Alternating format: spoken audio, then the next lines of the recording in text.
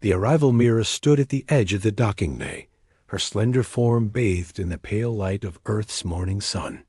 She was the pride of the Aurigny Council, tall, graceful, and celebrated as their most captivating envoy. Every movement she made was deliberate, each step a display of poise.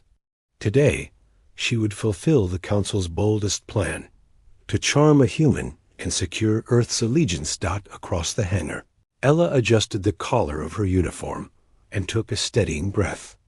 As a junior diplomat for Earth's United Space Coalition, this was her first high-level meeting with an alien species. She had studied every nuance of Aurigny etiquette, yet nothing could calm the swirl of nerves in her chest. The moment Myra stepped off the transport craft, Ella knew this meeting would change everything. The crowd of officials and reporters fell silent as Myra glided forward. Her skin shimmered with a soft iridescence, and her eyes, an emerald green, seemed to glow with quiet confidence. Cameras flashed, voices whispered. Ella offered her hand in greeting, and Myra's fingers brushed hers in a gesture both polite and deeply intimate. Sparks of warmth flickered along Ella's skin, a sensation far more intense than any diplomatic protocol had warned her about. They moved to a small stage where a translator device hung to life. The Aurigny tongue was musical and soft, but with the device, Mira's words came through in clear Earth-standard English. "I am honored to meet you, Ella of Earth." Her voice was smooth as silk, carrying an undercurrent of playful charm. Ella managed a polite smile, heart pounding, and replied, "The honor is mine, Envoy Myra. We welcome you as friends." As they exchanged pleasantries, high-ranking officials stepped back, granting them space. Ella guided Mira toward a display of Earth's floratol ferns from the rainforests of New Zealand and delicate orchids from Madagascar. Mira leaned in, inhaling deeply. "Your planet's life is stunning," she said, eyes shining. "I have seen many worlds, but none so vibrant." Mira reached out to touch a fern frond.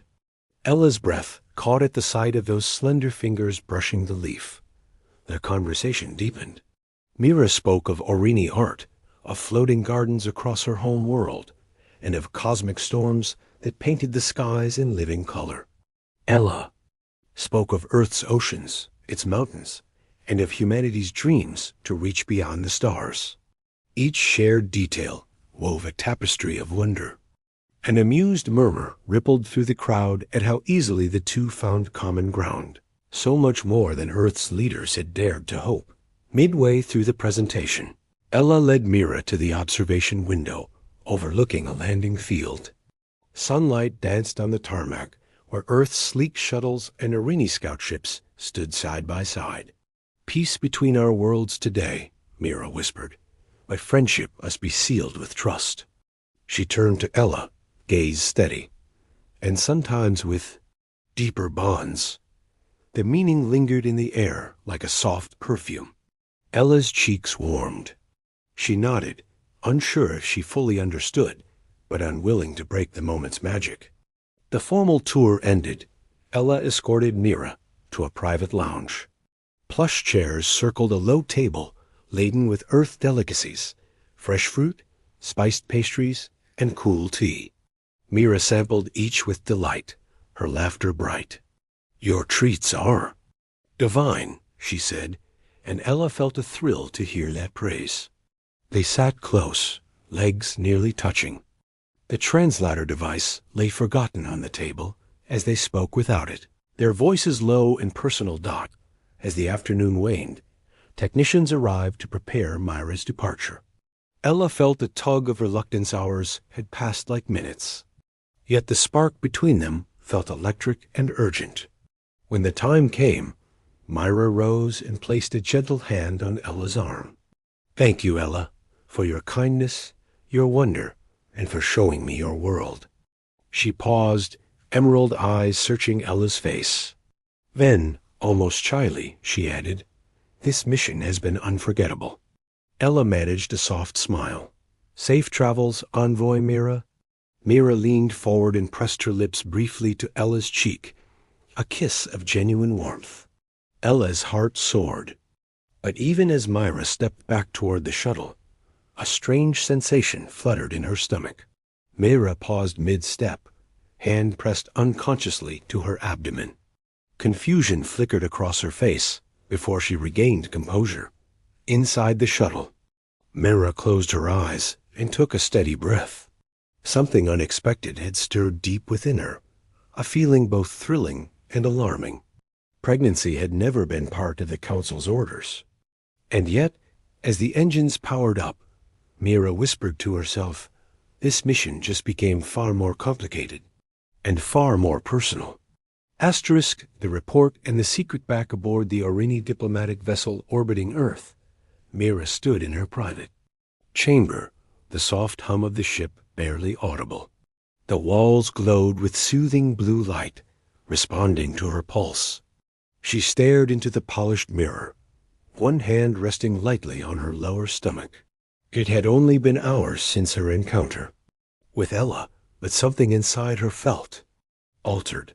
The sensation wasn't pain more, like a warmth that radiated inward. A soft chime rang.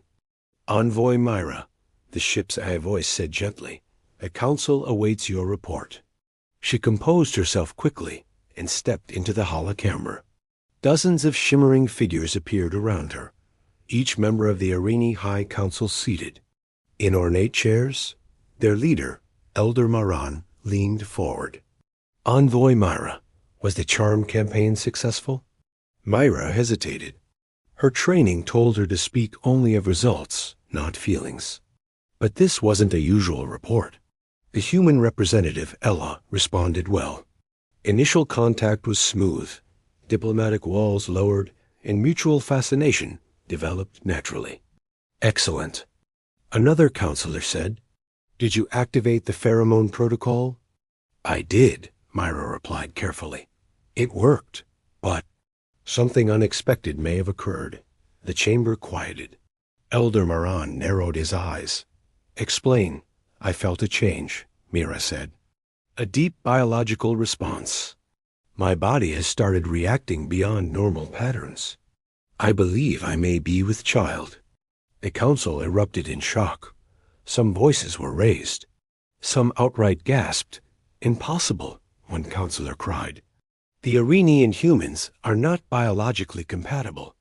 "Not anymore, apparently," Mira said softly. "This was not intentional, but I felt a spark different from the mission plan. Real emotions, something deeper." Elder Maran's voice dropped into a cold tone.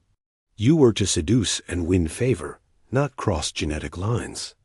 "I followed protocol," Mira said. "But something about this human changed the outcome. It wasn't manipulation. It felt real." The council paused, now speaking in hushed tones among themselves. Finally, Elder Maran spoke again. "Keep this pregnancy secret. Do not inform the human. We must study the implications. If the child is real, it could change everything." Myra bowed her head slightly, then exited the holocamber, her mind in turmoil. On Earth, Ella sat in her quiet apartment, unable to sleep. Her thoughts kept drifting back to Myra, her presence, her voice, her warmth. It wasn't just diplomacy they had connected, and something about their parting kiss still lingered on her skin. The next morning, she returned to the Coalition embassy to find a message from Mira waiting. A private one. No official seal, no government tracking. Just as simple. Transmission on a secure line. "Ella, there's something I must tell you. Meet me on neutral ground. No officials. No protocols. Just us." Ella read it twice. Her heart pounded. She knew this could be career-ending if anyone found out. But she also knew she had to go. 2 days later, aboard an orbital station far. From both Earth and Aurigny territory, Mira stood alone by a viewport. Her posture was calm, but her eyes betrayed worry. When the door opened, Ella stepped inside, her presence radiant and nervous all at once. "I came," Ella said. I had. 2-0. I wasn't sure you would, Myra whispered. Thank you. They sat in silence for a few moments before Myra turned to her. I need to tell you something strange and unbelievable. Ella tilted her head. Try me. I'm pregnant, Myra said quietly. And it's not possible. At least, it wasn't supposed to be. Aurini and humans were thought to be genetically incompatible. But something happened after our meeting. Ella blinked, mouth slightly open. Are you saying it's mine? I don't know, Myra admitted. I only know I felt a change inside the moment we parted. My body is reacting in ways our species has never recorded. Ella tried to breathe, but her chest felt tight. Mira, I don't even know how to react. This is huge. If this is real, both our worlds could react badly. Or maybe it could. Unite us. That's why I came to you, Myra said. Because I trust you. They stared at each other in silence. Outside the station's window, Earth and the Aurini flagship hung in the stars like silent giants. Inside the room, the tension gave way to something tender. Mira reached out, and Ella took her hand. Whatever happens, Ella whispered, we face it together. Mira smiled, and for the first time in her life, her mission stopped being about politics or orders, that it was now about love, survival, and a life neither world was ready for. Asterisk. The hidden truth Myra stayed silent for a moment longer. Her fingers gently curled around Ella's. In that soft grip was a quiet panic. Not fear of Ella, but of what would come next. The Aurini Council had always controlled their envoys, even their emotions. Now, Myra had stepped beyond every protocol, and the future had become unpredictable. Ella finally broke the silence. Does your council know? Myra nodded once. They told me to keep quiet, to avoid telling you, to report every detail and return home. But I couldn't. Her voice trembled, just slightly. It felt wrong. You deserve to know. Ella sat back, trying to process everything. She had trained for negotiation, conflict resolution, even alien psychology. But not this. Not love. Not a possible child born of two species no one thought could ever be joined. And yet, her hand moved slowly toward Myra's. You trusted me with this, she said. Now we need to figure out what it means together. Myra looked relieved, but also deeply worried. The Council may not allow this to continue. They've sent a second ship secretly. One meant to bring me back, whether I agree or not. Ella's breath caught. They're coming for you? They'll say it's a diplomatic rotation, Mira replied. But they'll remove me from Earth before anything leaks. If they find out I told you. Her voice faded. Ella stood abruptly, her instincts kicking in. Then we can't let them find out. Not yet. Back on Earth, deep inside the Coalition's research division, quiet alarms began to blink. A hidden Aurini vessel had slipped past outer sensors and was now entering orbit. It bore no diplomatic flags, no envoy codes, only a silent signal that pinged once. Encrypted in Aurini script, the Coalition's Director of Alien Affairs, a stern man named Markle, narrowed his eyes at the readings. That's not their usual. Ship, he muttered to his assistant. Wake the team. Tell Security Protocol Alpha to stand by. He didn't know why the Aurini would try to sneak in quietly, but experience had taught him to trust his gut. Meanwhile, aboard the neutral station, Mira and Ella sat side by side, watching the planet rotate below them. Neither said anything at first, but both felt the change. I've made another decision, Mira said softly. Ella turned to her. I don't want to go back. Not to them. Not if they treat me like a tool. If this child is real, if we're real, I want to choose my own future. I want to stay. Ella's voice caught. That's dangerous. I know, Myra said. But what's the point of diplomacy if it only serves power and not people? They looked at each other, understanding deepening. It wasn't just about them anymore. It was about what came next. For their worlds, for the child, for a future. No one had imagined that hours later, Myra received a private signal. It came through a hidden channel, Council-only frequency. "This is Commander Varn of the Arini Recall Unit." The message began, "Envoy Myra, you are hereby ordered to board the secure vessel now approaching your coordinates. You will return immediately. Resistance will be viewed as treason under the Arini Code." Myra stared at the screen. "So it begins," she whispered. Ella's eyes narrowed. "Then we don't wait. We move. What are you thinking?" "We leak it first," Ella said, "before the Arini can control the story. We tell the Coalition what happened. We tell them about the pregnancy, about the mission. We beat the Council to the truth." Myra stared. "They'll panic." "Good," Ella replied. "It means they'll listen." Within the hour, Ella contacted her closest friend inside Earth's diplomatic command, Captain Lyra, someone she knew could be trusted. When Lyra arrived at the station, she was stunned. "You're serious?" she asked, looking between them. Myra nodded. "I can prove it. My biology is changing, faster than even Arini gestation. Whatever is growing inside me, it's alive." Lyra didn't question it. She activated a private Coalition medical scan. The results came back quickly, showing cellular growth, unlike anything recorded in the system. "Ella," Lyra whispered, "this isn't just history. This is evolution." Back on Earth, the Coalition leadership received Lyra's full report. Within hours, Myra and Ella were given protective status under Earth jurisdiction. Scientists began analyzing the data. Strategists began calculating political fallout. And the Arini second ship, now arriving in Earth's orbit, received an unexpected message. "Your envoy is now under Earth's protection.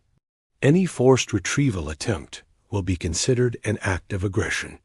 For the first time in generations, the Arini Council paused. Inside her quarters, Myra watched the stars outside the station, one hand resting on her stomach again.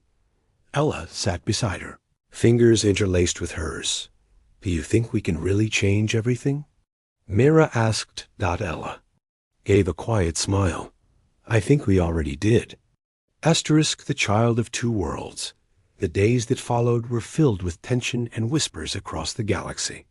On Arini, the Council was in chaos. Half the members demanded Myra's immediate retrieval and containment.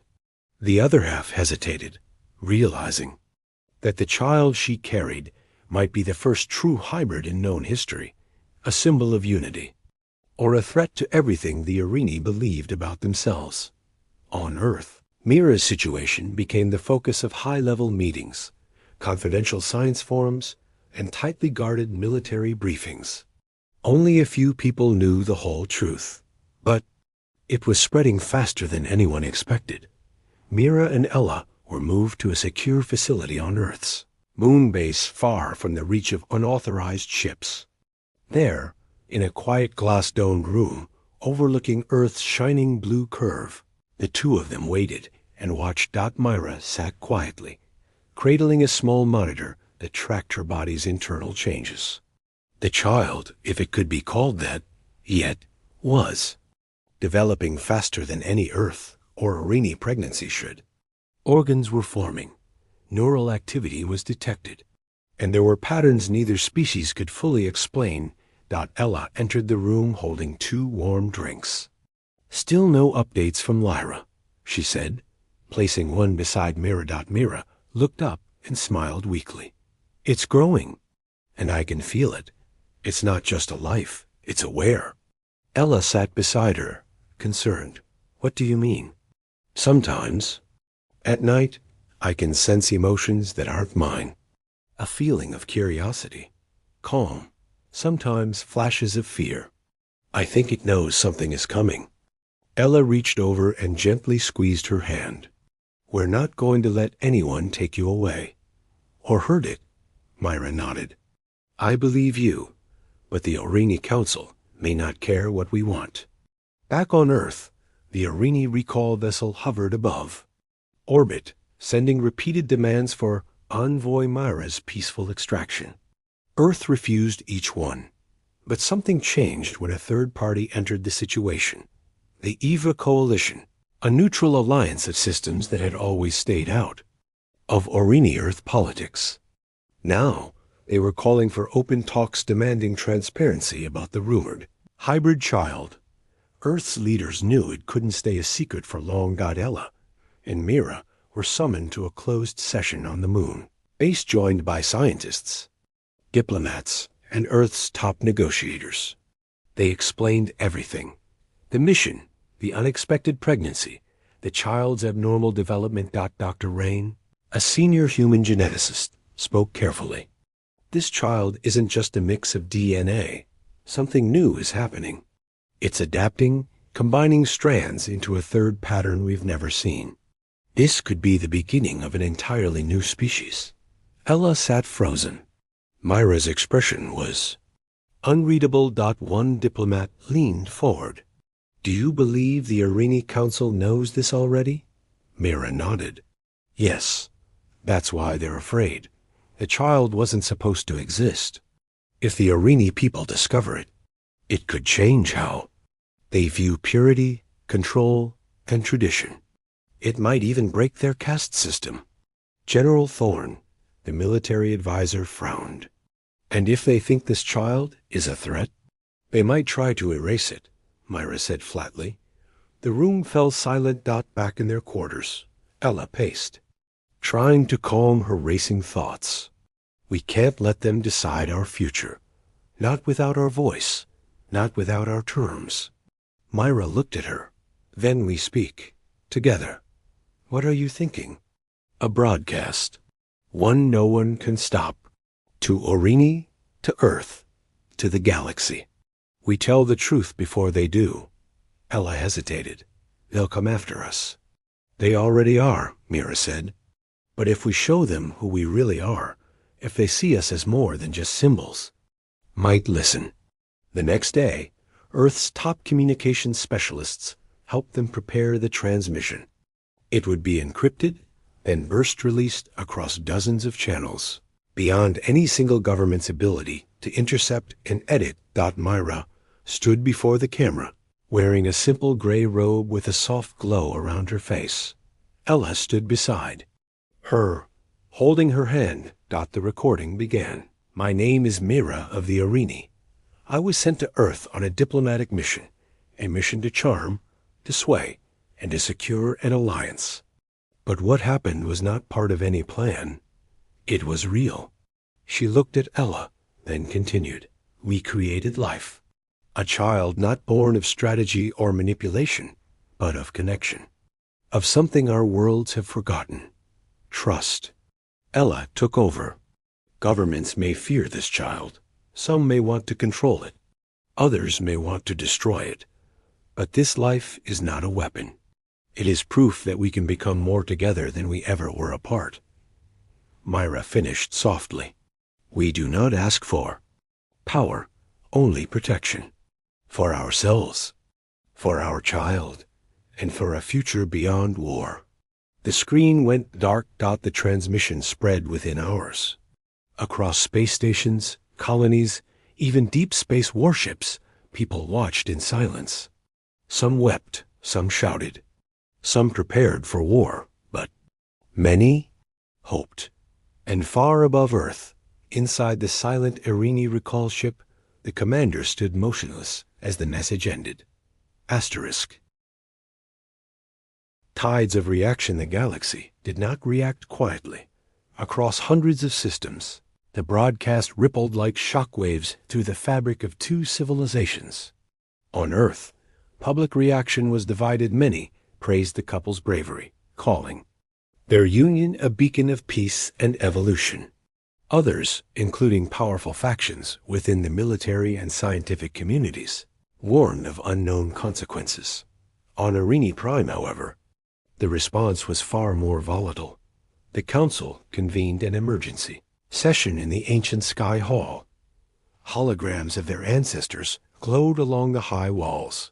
Watching as history unfolded, Elder Moran slammed his hand on the curved table. They betrayed our trust.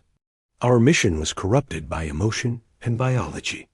This child, this creature, cannot be allowed to redefine our legacy. Counselor Viren, an elder woman known for her sharp mind and deep empathy, raised her voice in response. You speak of betrayal, but you forget what this truly means. We have done the impossible. Our species, long thought closed to outside life, has connected with another, not through conquest, but through unity. They disobeyed orders.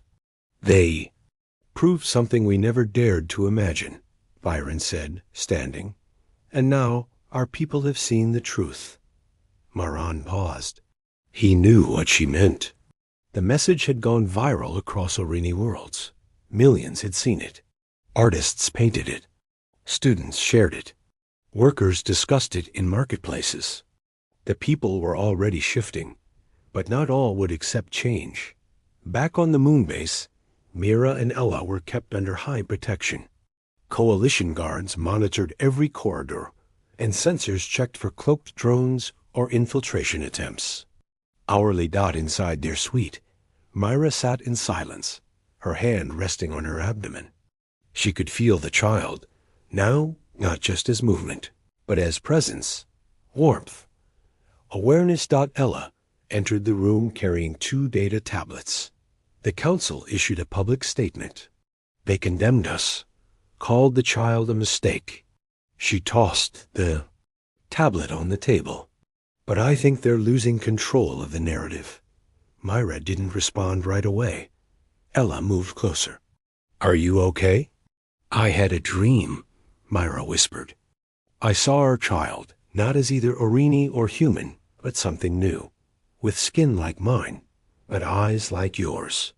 It stood before a crowd, and they listened to it. Ella took her hand. That dream's not far from reality. Later that day, Lyra arrived with urgent news. You both need to hear this. We intercepted an encrypted Aurigny transmission. They've launched a stealth cruiser toward Earth. No transponder, no diplomats, no council members on board. Ella's eyes narrowed. Assassins? Lyra hesitated. We're not sure, but they'll arrive in 2 days. We're preparing defenses, but if they land first, we may not be able to stop them. Myra stood, her face pale but determined. They're coming to erase me, to silence this before it grows. Lyra nodded grimly. They won't get the chance, Ella said. We'll leave before they arrive. Lyra blinked. Where would you even go? Somewhere they won't expect, Myra said. A colony. One far from Earth or Aurigny space. Somewhere we can disappear. Lyra shook her head. We can't. Protect you if you vanish. You won't need to, Ella replied. We'll protect ourselves. That night, under moonlight from the dome's glass ceiling, Ella and Mira packed only the essentials. A medical scanner, nutrient capsules, a coded map to a hidden colony in the Arkan Belt to place. Mira had once studied but never visited, isolated, unaligned, peaceful. Mira hesitated before they left. She looked out at Earth so beautiful and fragile below. I never meant for this to happen, she said softly. But now that it has, I wouldn't trade it for anything. Ella smiled, placing a hand on her back. Then let's protect it.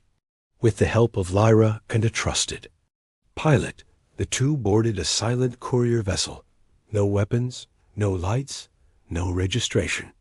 It launched from the far side of the moon, while the Aurigny cruiser drew closer to Earth, unaware of the departure dot as the stars stretched around them. Mira leaned back, exhausted. I think it's time I give it a name, she said quietly. Ella turned to her. I don't know if it's a boy or a girl, but in Aurigny, there's a word Leora. It means light that survives the storm. Ella's eyes softened. then that's who they'll be. The ship slipped into deep space, quiet and unseen. But the world they left behind was no longer the same. Asterisk into the unknown. The courier vessel drifted through the deep black of space, a single light among the stars. Inside, the silence was broken only by the soft hum of the engine and the gentle beeping of the medical scanner monitoring Mira's condition. It had been 6 days since their escape from the moon base. No pursuers, no transmissions. Just emptiness. Ahead in danger behind. Ella stood by the viewport, arms crossed. I still can't believe Earth let us go. Mira smiled faintly. Lyra made it happen. She bent every rule in the book, risked everything. She always said the future was worth fighting for. Ella murmured. They were nearing the Arkan Belt. Now a vast region of asteroid colonies and hidden settlements. No main trade lanes. No government eyes. Just life carved from rock and silence. Myra sat on the medical cot, one hand resting gently on her abdomen. The baby's heart rate is stable, she said softly. But the readings are strange again. Ella moved closer. What kind of strange? It's synchronizing with me. Like it's learning my rhythms, but also mimicking yours. Myra looked up, her eyes wide. I think it hears us when we talk. Ella knelt beside her, touched by the idea. She's listening already? She? Myra asked, raising an eyebrow. Ella smiled. Just a guess. By the time they reached the outer edge of the Arkan Belt, the ship's stealth fuel was nearly gone. They sent a ping to an old mining colony named Rivix 9, a place Mira remembered from a diplomatic archive. A quiet, abandoned outpost. No formal leadership. Only scattered settlers who had no interest in galactic politics. To their relief, someone answered. A gruff man's voice crackled through. Courier vessel, you're far off chart. Who are you? Ella answered calmly. Just travelers.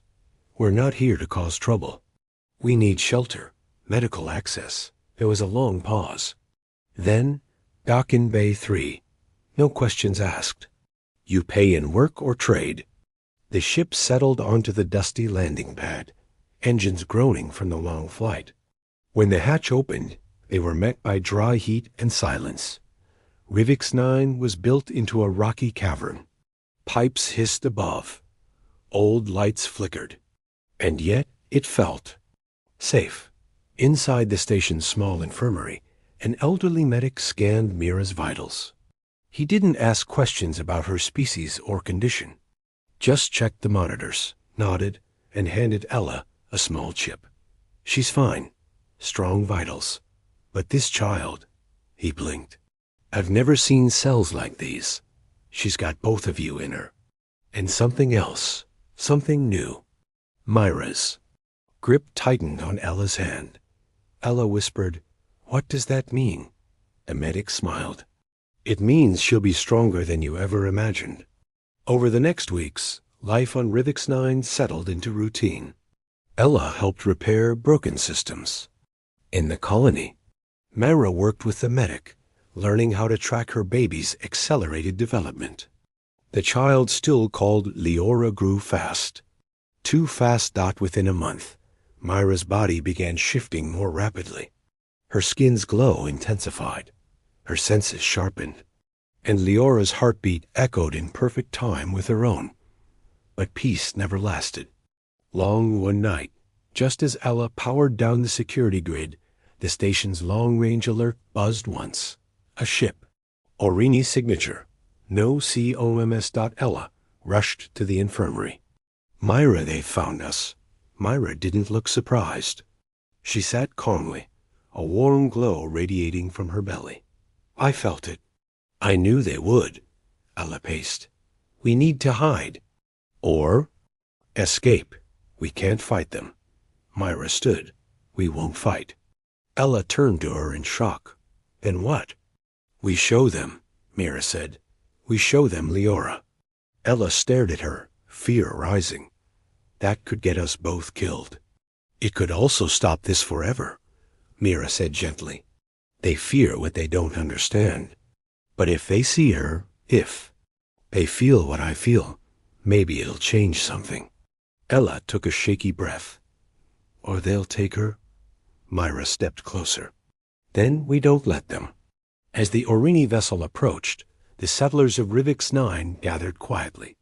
Many had no love for Earth or Aurigny, but they watched closely curious.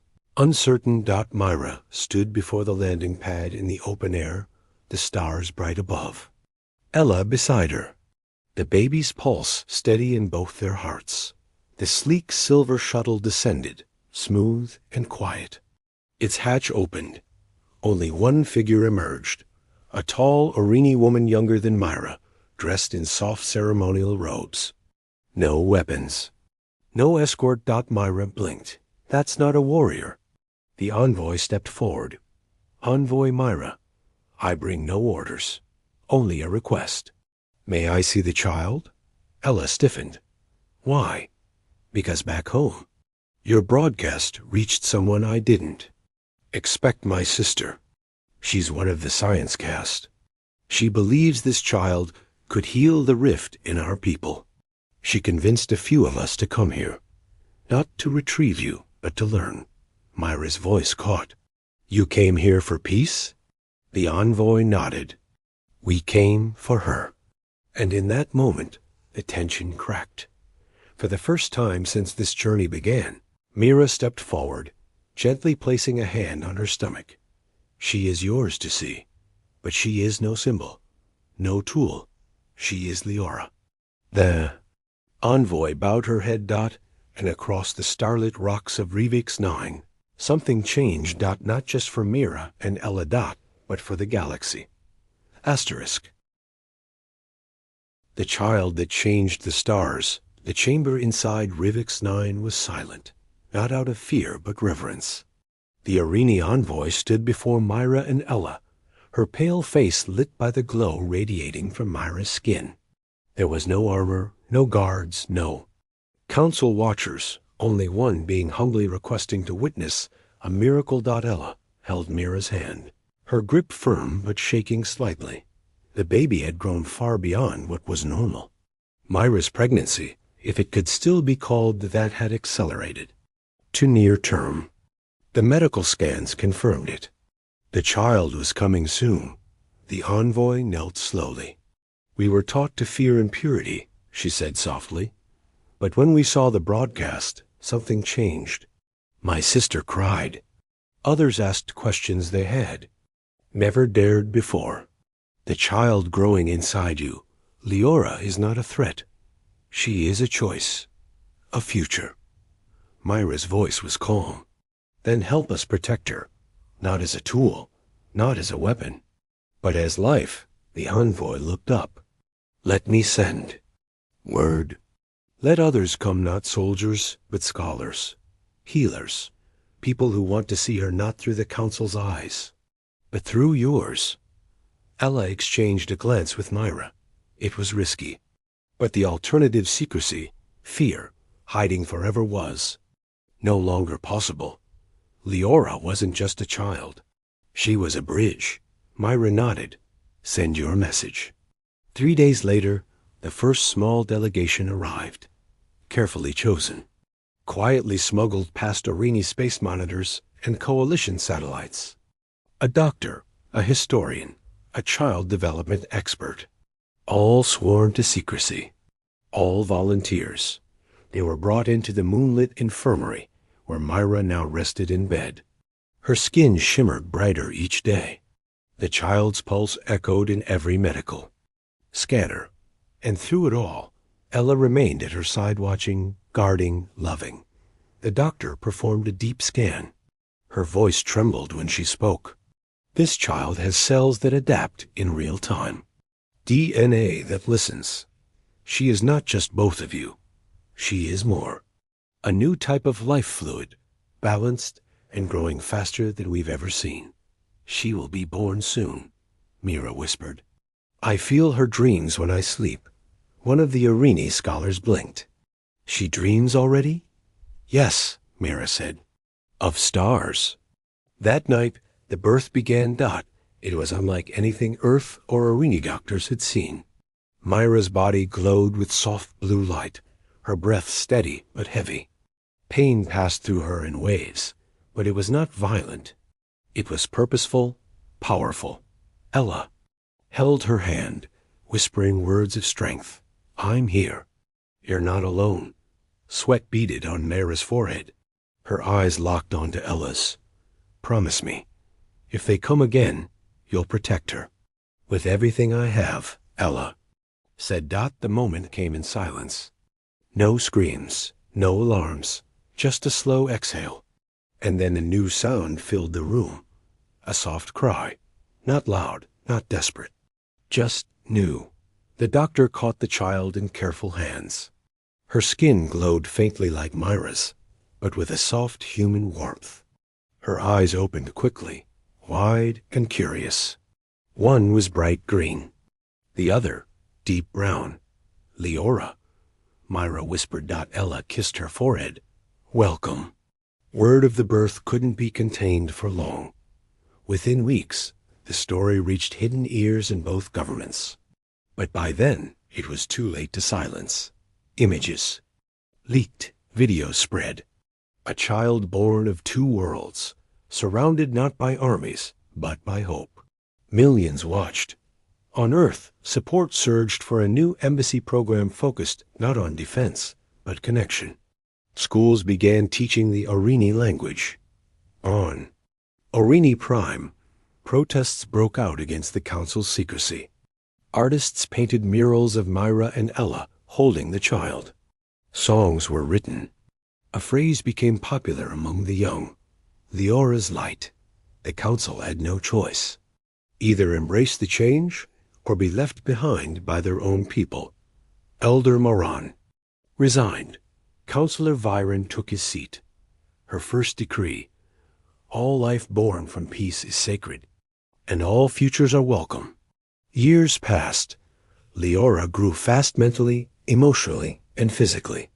She spoke both languages before the age of 2.